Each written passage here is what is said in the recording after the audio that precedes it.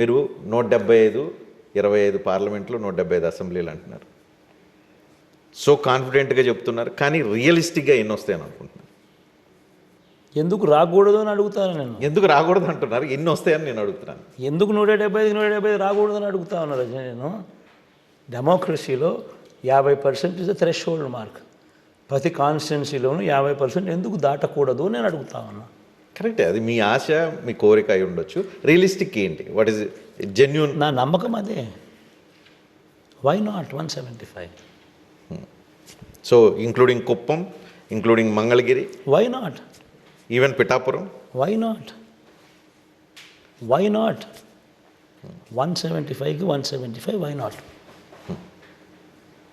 90% of the కుటుంబాలకు దేవుడు దయతో మంచి చేయగలిగాం. ఆ అభిమానం ఓటు కింద కన్వర్ట్ కాదా అన్నదే క్వశ్చన్ మార్క్.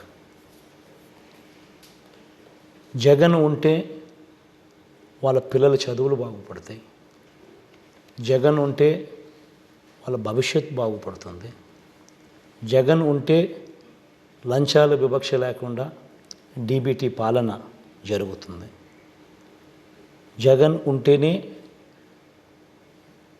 జగన్ కొనసాగితేనే పథకాలన్నీ కూడా కొనసాగుతాయి. మరి ఇన్ని మంచి ఉన్నప్పుడు వై నాట్ 175?